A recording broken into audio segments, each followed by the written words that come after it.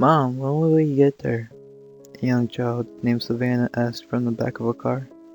Soon, honey, but we have to stop to get some things before we get there, okay? Anna responded to her daughter and smiled warmly.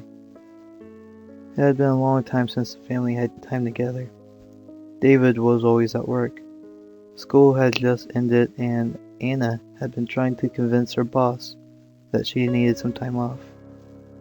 Luckily, both of the parents had found a weekend where both of them were free from work. Anna turned to David and smiled as he turned the car towards the entrance of the camping site. We're here, guys, Anna called to the back of the car. Dawson, her son, had fallen asleep, and Savannah was already unbuckling her seatbelt. Alright, Dawson, wake up, bud. We're finally here. She gently nudged the young boy and he groaned. I don't want to get up, he complained. Nonsense. You've been looking forward to this all week. All Anna got was another groan as Dawson unbuckled his seatbelt. The family got out of the car and grabbed the stuff. Let's go and look for a good place to set up camp, David said. I bet I'll find a better place than you, Savannah, Dawson challenged his sibling, and raced off into the trees. Savannah followed while shouting, No, you won't. Anna smiled at her kids as they disappeared. A sudden thought crossed her mind. We shouldn't have come here. Anna simply shook the thought away. It was a great place to camp. There was nothing wrong with it. Are you okay? Do you want the kids to come back?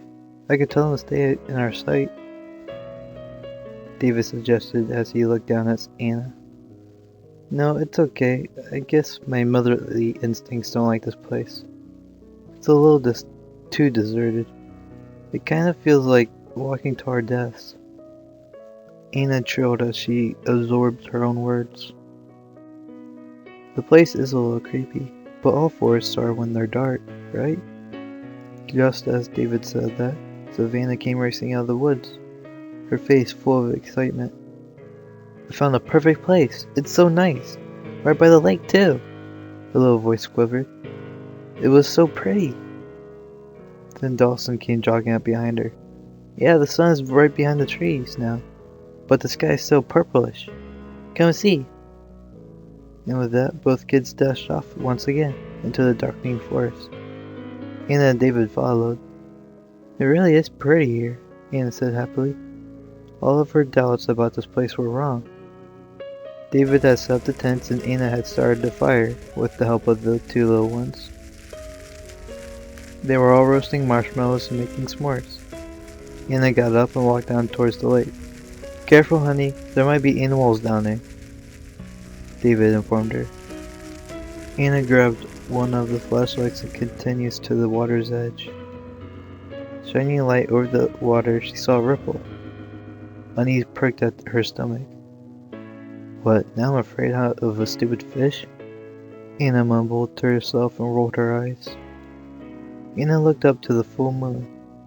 It was an odd color. It almost looked red. Just as she turned to jog back to her family, a howl sounded from the other side of the lake. It was a wolf. Anna whipped around to see a ghost white wolf on the far side of the lake. David was right. Anna ran back. What's wrong, Mom? Dawson asked, concerned as Anna sat painting.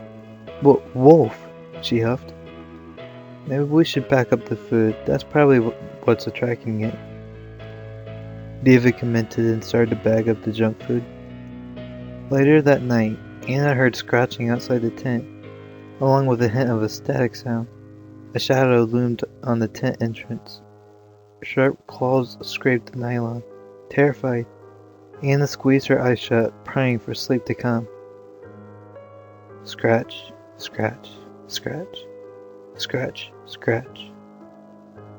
A sudden loud howl made Anna jump. David rustled beside her. Anna opened her eyes to see that more dog-like figures had gathered around her tent. A pack! I knew this place was bad. Wolf started to growl, waking David. Dear Jesus! He breathed, and then all the wolves' attention snapped towards Dawson and Savannah's tent. A snarl sounded, followed by a gurgling scream. Instinctively, Anna dashed out of the tent. The wolves just stared at the body in front of them. Anna recognized Savannah. No! Anna's eyes, wide with terror, stared at the motionless body of the little girl. Had to be a dream. The wolves looked at her as if to say, "You were warned." Then everything went black.